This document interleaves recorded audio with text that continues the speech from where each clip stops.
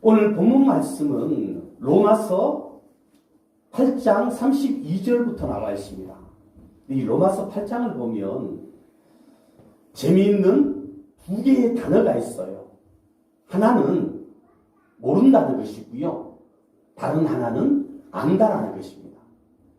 그래서 26절 말씀을 보면은 우리가 마땅히 기도할 바를 알지 못하나라고 이야기합니다. 알지 못한다, 모른다는 것이지요. 뒤에 28절을 가면 우리가 알거니와 라고 이야기하고 있습니다. 하나님을 사랑하는 자, 곧 그 뜻대로 부르심을 입은 자들에게는 모든 것이 합력하여 선을 이루느니라. 우리가 알거니와 안다라는 것입니다. 무엇을 몰라요? 우리가 인생을 살아가면서 나에게 일어나는 일들이 있습니다. 그런데 그 일들 때문에 힘들 때도 있고 또 감사할 때도 있어요. 그런데 왜 나에게 이런 일들이 일어났지? 왜 하필 나에게? 그리고 이 일들이 어떻게 펼쳐질지 우리는 모른다는 거예요. 그래서 하나님 앞에 기도하러 나아갈 때에 어떻게 기도해야 될까? 모르는 거예요.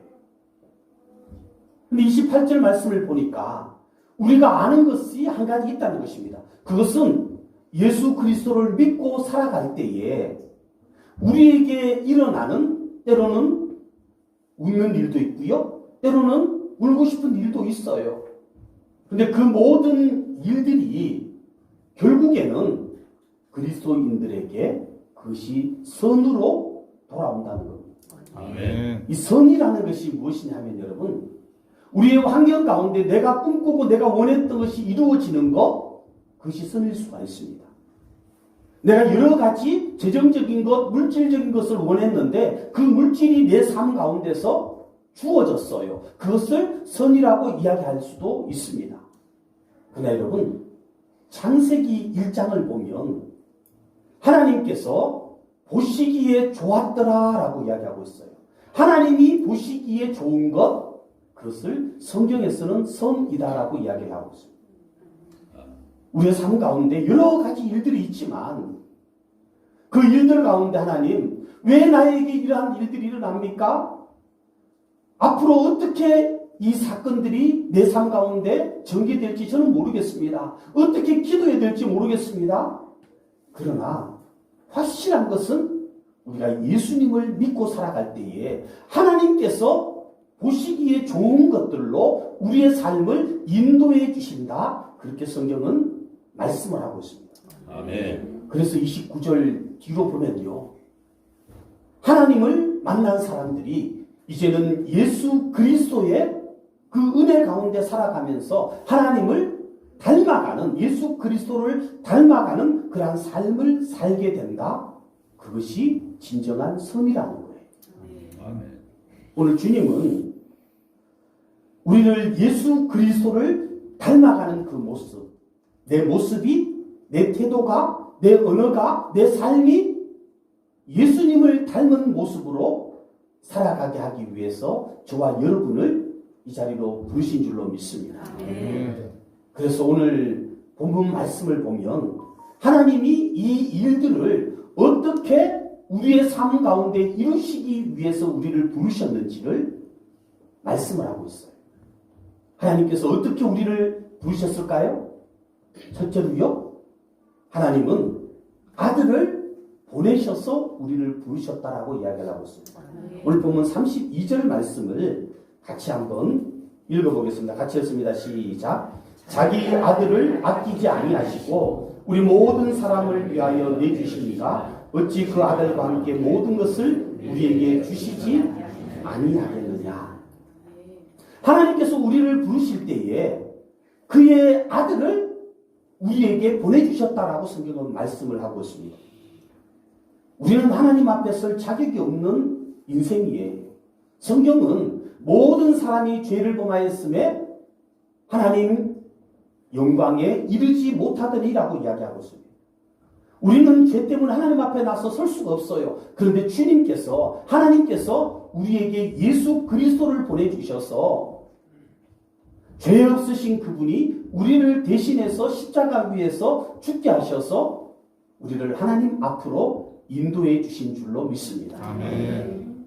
그래서 하나님께서 자기 아들을 아끼지 아니하시고 우리를 위하여 내어주셨다. 성경은 그렇게 말씀을 하고 있습니다.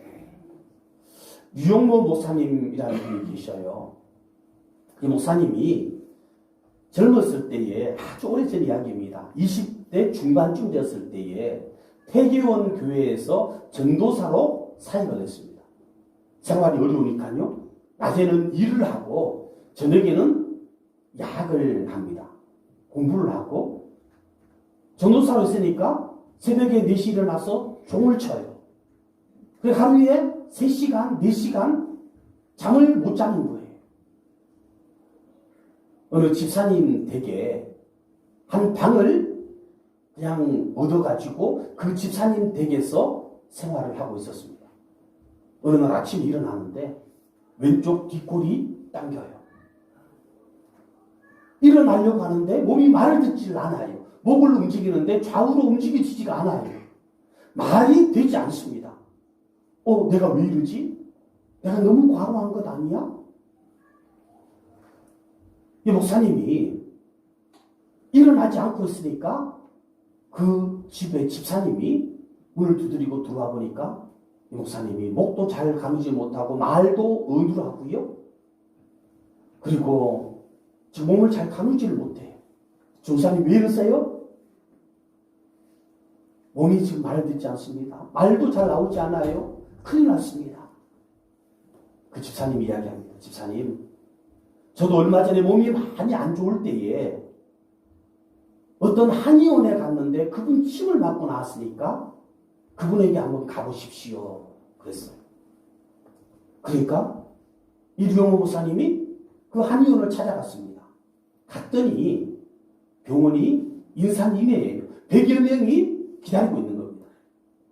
그러니까 목사님이 생각할 때에 침을 잘 놓기는 잘 놓나 보다 그렇게 생각을 했어요. 그렇게 기다렸어요. 자기 차례가 되어서 갔습니다. 갔더니 이 한의사 의사가 이야기를 합니다. 젊은이 어디가 아파서 왔습니까? 오늘 아침에 일어나 봤더니 제가 과로를 했는지 왼쪽 뒷뇌가 뻐근하더니 지금 이렇게 말도 잘 하지 못하고요. 고개도 잘 돌리지 못하고 지금 이런 상황이 되었습니다. 그랬더니 그 한의사분이 이야기합니다. 양말을 벗으십시오. 그래요. 그래서 이류영 목사님이 지금 머리가 아프다고요. 발이 아픈 거 아닙니다. 머리가 아파요.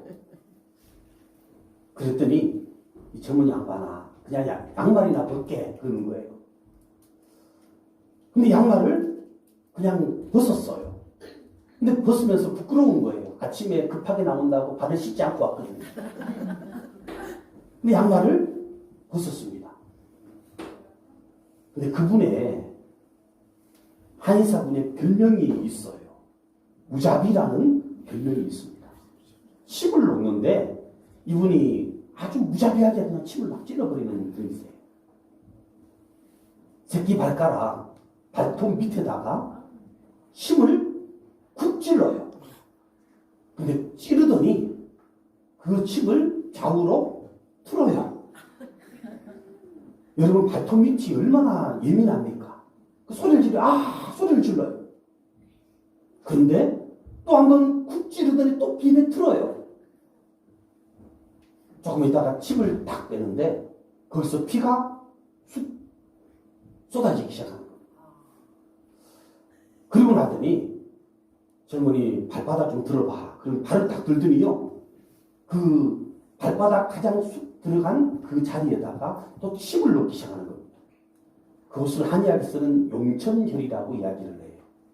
근데 거기가 여러분 침을 안 놓더라도 몸이 안 좋은 분들은 손가락으로 눌러도 엄청 통증이 있는 곳이 그곳입니다. 이 한의사분이 별명이 뭐라고요? 무자비 아닙니까?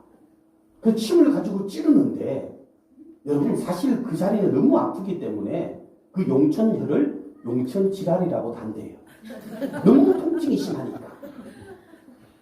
근데 그 한의사분이 침을 응천열에다가 찌르는데 이분이 찌르고 나서 또 좌우로 뱀에 틀어요. 털더니 또 한번 쿡 찌르더니 또 틀어요. 한참을 거기를 후벼파는 겁니다. 목사님이 소리를 질러요. 너무 아프니까. 근데 그 침을 놓던 자리에서 침을 쑥 빼는데 피가 쏟아지기 시작하는 겁니다. 그러더니 그 한의사분이 이제 집에 가십시오 그래요. 그래서 나는 머리 아프다고 지금 목이 잘 돌아가지 않는다고 왔는데 발에다가 침을 놓고는 집에 가라는 거예요. 한의사님 그러는데 말이 제대로 돌아왔어. 이상하다. 목을 돌려보니까 목이 제대로 돌아가요. 모든 몸이 정상적으로 돌아와 있는 겁니다. 희한하다. 목사님이 나오면서 이분이 주의 종이다 보니까 생각을 하게 된 것입니다. 참 이것이 기독교의 진리하고 똑같구나 생각을 한 거예요. 지금 발이 아픈 것 아니에요. 지금 발이 통증이 있는 것이 아닙니다. 그런데 발에다가 침을 놓고 피를 빼니까 머리가 낫더라는 거예요. 오늘 지금 성경에서 우리에게 이야기하는 것은 하나님께서 자기 아들을 아끼지 아니하시고 우리에게 주셨는데 그 예수 그리스도 하나님의 아들이 죄가 있는 것이 아니에요. 그런데 그분이 십자가 위에서 피를 흘리고 죽으셨습니다. 그런데 우리가 대신해서 그 모든 죄 가운데서 자유함을 얻게 하신다는 것입니다. 아멘. 그래서 주님께서 우리에게 자기 아들을 아끼지 아니하시고 주신 줄로 믿습니다. 아멘. 이철환 씨가 쓴 연탄길이라는 책이 있습니다. 여러 권의 책이 있습니다. 실화를 바탕으로 해서 소설 형식으로 쓴 책이에요. 거기에 보면은 현태라는 그런 아이의 이야기가 나오고 있습니다. 이 현태라는 아이가 학교에서 자꾸 사고를 치는데 어느 날 아버지를 학교에 불러요. 갔더니 교장 선생님께서 면담을 하는데 이 아이는 우리 학교에서 더 이상 케어할 수가 없습니다. 퇴학 조치를 시켜버렸어요. 근데 그 아이가 퇴학을 맞고 집에 있는데 그때부터 더 아이가 삐뚤게 가기 시작하는 겁니다. 어느 날 경찰서에서 전화가 왔어요. 이 아이가 큰 사고를 쳤는데 합의금을 내고 그 아이를 집으로 데리고 왔습니다. 아버지가 엄마와 이야기를 하는데 이 아이 이러다가 감옥 가면 어떡하지? 범죄자가 되면 어떻게 하지? 어느 날 아버지가 대전에 일이 있다고 대전으로 내려갔습니다. 근데 얼마 있다가 경찰서에서 전화가 왔어요. 그 아버지가 도둑질을 하고 경찰서에 잡혀서 지금 교도소에 있다는 거예요. 어머니가 현태를 부릅니다. 얘야, 내가 지금 급하게 일이 있으니까 너 얼른 아버지 면회 좀 하고 와라. 지금 아버지가 물건을 훔치다가 감옥에 들어가 있어. 교도소에 있어. 너 면회 좀 하고 와. 현태가 면회 갔습니다. 아버지를 만났는데 아버지가 이야기를 합니다. 내가 너 볼 낯이 없다. 미안하다. 너는 감옥에 오면 안 돼. 너는 감옥에 오면 안 돼. 너는 나처럼 감옥에 오면 안 돼. 그렇게 신신당부를 하는 거예요. 면회 갈 때마다 너는 감옥에 오면 안 돼. 현태가 그때부터 조금씩 삶이 변하기 시작을 합니다. 이제 그 아버지가 감옥에서 나오는 날이 되었어요. 어머니와 함께 현태가 아버지를 모시러 갔습니다. 아버지는 교도소에서 나와서 앞에 그냥 뚜벅뚜벅 먼저 걸어가요. 어머니가 현태와 함께 뒤에서 아버지 뒤를 따르면서 이렇게 이야기합니다. 현태야, 너는 죽었다 깨어나도 아버지의 마음을 모를 거야. 아버지가 감옥에 간 것이 왜인 줄 아니? 일부러 남의 물건을 도둑질했어. 이후로 경찰서에 잡혀서 감옥에 갔어. 너 대신 아버지가 감옥에 가신 거야. 네가 잘못될까 봐 너를 대신해서 아버지가 감옥에 가신 거야. 여러분, 우리 주님께서 하나밖에 없는 독생자 예수 그리스도를 아낌없이 우리에게 주신 것은 우리를 대신해서 우리의 죄를 예수님께서 담당하시고 십자가 위에서 죽기까지 우리를 사랑하시기 때문에 하나님께서 우리에게 자기 아들을 주신 줄로 믿습니다. 아멘. 두 번째로요, 오늘 말씀을 보니까 하나님께서 우리에게 자기 아들을 주신 것이 우리를 위해서라고 이야기를 하고 있습니다.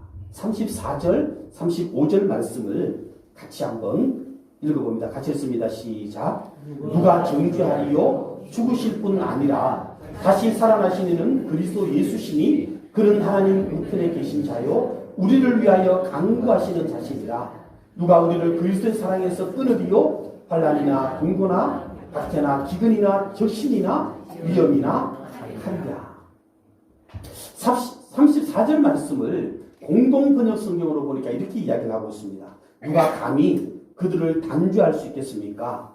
그리스도 예수께서 단죄하시겠습니까? 아닙니다. 그분은 우리를 위해서 돌아가셨을 뿐만 아니라 다시 살아나셔서 하나님 우편에 앉아 우리를 위하여 대신 강구해 주시는 분이십니다. 하나님께서 자기 아들을 아끼지 아니하시고 우리를 위해서 내어주신 이유가 무엇이냐? 그것은 여러분, 저와 여러분을 위해서라는 것입니다. 우리를 위해서, 우리를 구원하시기 위해서 하나님께서 예수 그리스도를 십자가 위에 죽으시도록 내어주셨다라고 성경은 말씀을 하고 있습니다. 실버 스타일이 쓴 책 가운데 동화책입니다. 아낌없이 주는 나무라는 책이 있습니다. 한 소년이 사과나무 밑에서 놀고 있습니다. 놀다가 배가 고프니까 사과나무에서 사과를 따서 그것을 먹어요. 이 소년이 커서 청년이 되어서 결혼을 했습니다. 사과나무가 이제 오래돼서 굵어졌으니까 그 가지를 잘라서 신부와 같이 살 수 있는 집을 만들었습니다. 이제 중년이 되었어요. 세상을 더 알고 싶어서 그 사과나무의 둥치를 잘라가지고 배를 만들어서 세상을 여기저기 다닙니다. 항해하고 다니지요. 나이가 들어서 그 사람이 와서 그루터기만 남은 사과나무 그 앞에 앉아서 쉼을 가지고 있습니다. 그렇게 동화는 끝이 나요.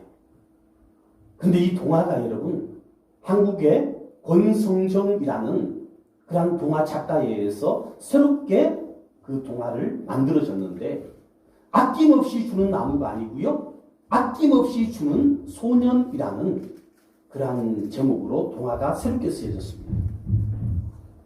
병든 그 나무를 살리기 위해서 한 소년이 그 나무에 걸음을 주고요, 그리고 물을 주고 매일 정성스럽게 그렇게 가지를 치면서 그렇게 가꿉니다.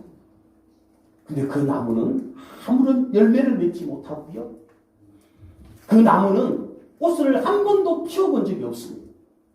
그런데도 그 사람은 계속해서 그 나무를 돌보고 걸음을 주고 가지를 치고 가꿉니다.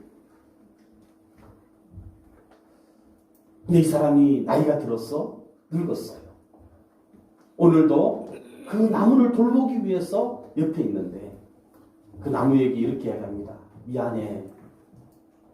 끝까지 돌봐주지 못해서 미안해. 그리고 나무 옆에서 죽어요. 나무가 마지막으로 이야기를 합니다. 미안해. 내가 미안해. 내가 열매를 한 번도 맺혀주지 못하고 돌봄만 받았는데 미안해. 여러분, 오늘 말씀 가운데서 하나님께서 자기 아들을 아끼지 아니하시고 우리를 위하여 주셨는데 우리의 삶을 보면 우리는 열매 맺은 것이 별로 없어요. 우리가 꽃을 피운 게 별로 없어요. 로마서 5장에서는 이렇게 이야기를 하고 있습니다. 우리가 아직 연약할 때에, 우리가 아직 죄인 되었을 때에, 우리가 하나님과 원수 되었을 때에 하나님께서 우리에게 다가와 주셔서 자기 아들을 십자가 위에서 죽게 하셨다는 것. 누구를 위해서요? 우리를 위해서. 저와 여러분들을 위해서. 꽃을 피우지도 못하고 열매를 맺지도 못하는 그런 인생임에도 불구하고 주님께서 우리에게 오셔서 계속해서 예수 그리스도의 은혜를 부어주시는 그 사랑. 지금도 주님은 저와 여러분을 위해서 그 십자가의 은혜로 우리 곁에 다가와 계시는 줄로 믿습니다. 아멘. 그 예수님을 마음 가운데 모시고 예수님을 주로 고백하며 그렇게 주님의 인도하심 가운데 살아가는 저와 여러분이 되기를 예수님의 이름으로 축원합니다. 아멘. 그래서 요한복음 1장 12절 말씀을 보면 영접하는 자 곧 그 이름을 믿는 자들에게는 하나님의 자녀가 되는 권세를 주셨으니 라고 말씀을 하고 있습니다. 우리가 예수 그리스도를 믿기만 믿으면 하나님의 자녀이기에 하나님의 자녀된 저와 여러분을 주님께서 인도하셔서 하나님 보시기에 좋은 것, 선한 것들로 우리의 삶 가운데 채워주시는 은혜가 있는 줄로 믿습니다. 아멘. 마지막 세 번째로요. 하나님의 자녀가 된 저와 여러분들에게는 하나님께서 모든 것을 아낌없이 주신다라고 말씀을 하고 있습니다. 32절 말씀 같이 한번 읽어보겠습니다. 같이 했습니다. 시작. 자기 아들을 아끼지 아니하시고 우리 모든 사람을 위하여 내주시니까 어찌 그 아들과 함께 모든 것을 우리에게 주시지 아니하겠느냐. 어느 시골에 무남 동료 딸이 있었습니다. 이 딸을 장성에서 시집을 보냈어요. 근데 사위가 어느 날 딸을 데리고 왔습니다. 근데 마당에서 뛰놀고 있는 그 씨암탉을 보더니 사위가 침을 흘려요. 야, 저거 맛있겠다. 그러니까 장인어른과 장모님에게 이야기합니다. 장인어른, 저 씨암탉 한 마리 좀 잡아주십시오. 그래요. 여러분에게 질문을 드립니다. 여러분 그 장인어른이 장모가요? 여러분 씨암탉을 잡아주셨을까요? 아니면은 이 버르장머리 없는 놈아라고 이야기했을까요? 잡아줬습니다. 어떻게 했을까요? 잡아줬어요. 잡아줬지요. 왜 잡아줬을까요, 여러분? 무남 동료 딸을 줬습니다. 그 남자에게, 지금 사위에게 무남 동료 딸을 줬어요. 근데 씨암탉을 주는 게, 한 마리 주는 게 아까워요, 안 아까워요? 안 아까워요. 오늘 성경이 지금 그 말씀이에요. 독생자 하나밖에 없는 자기 아들도 아끼지 않고 우리에게 주셨는데 우리가 구할 때에 하나님께서 그것을 주실까요? 안 주실까요? 주신다는 겁니다, 여러분. 그래서 예수 믿고 살아간다는 것이 그게 복이라는 거예요. 때로는 우리가 생각할 때에 우리가 생각하는 그런 물질, 우리가 생각하는 환경의 복, 그것이 아니라고 할지라도 하나님께서 보시기에 좋은 것들, 그걸로 우리의 삶을 채워주시는 줄로 믿습니다. 그래서 32절 말씀을 보면 이렇게 이야기를 쉬운 말 성경으로 하고 있습니다.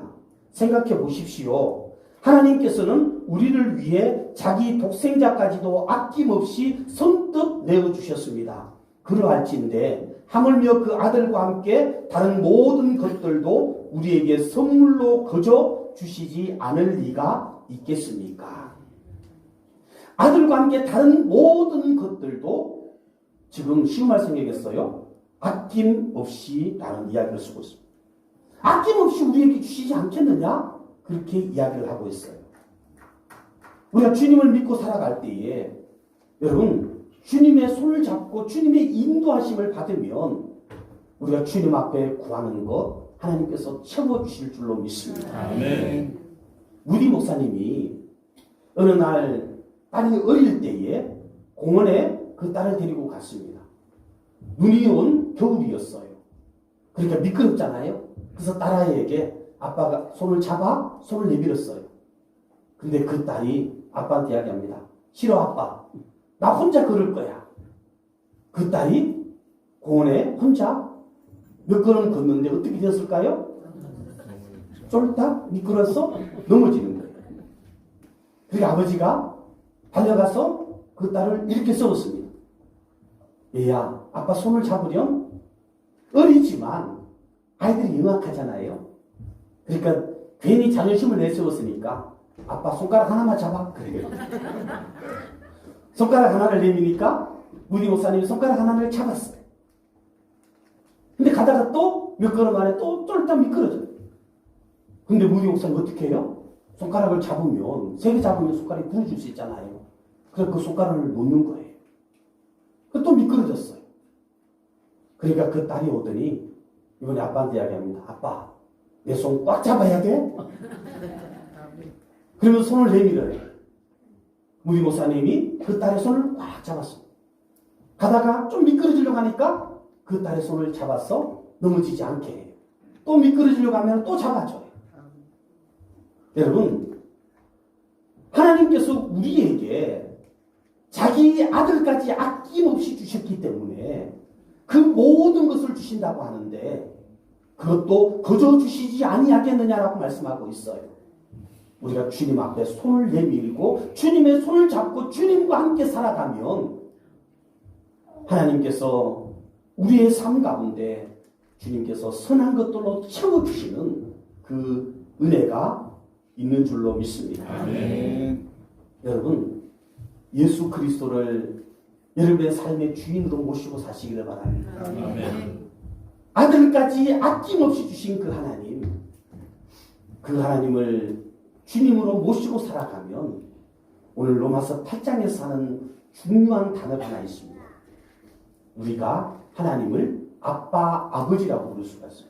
아멘. 하나님께서 우리의 아빠가 되시기 때문에 우리의 삶 가운데 필요한 것들을 하나님께서 채워주시고 우리 인생을 인도해 주시는 은혜와 축복 가운데 살 수 있다. 성경은 우리에게 그렇게 말씀을 하고 있습니다.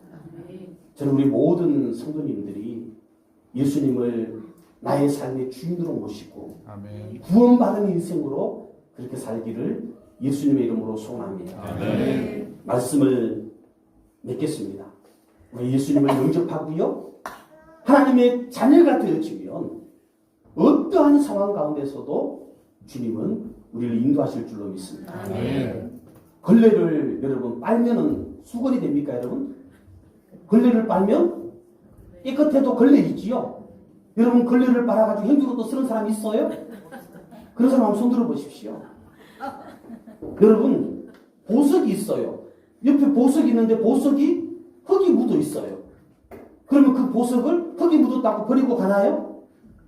그 보석 잔데 버리고 가시기 바랍니다. 왕이 여러분 거지 옷을 입고 순찰을 나갔어요.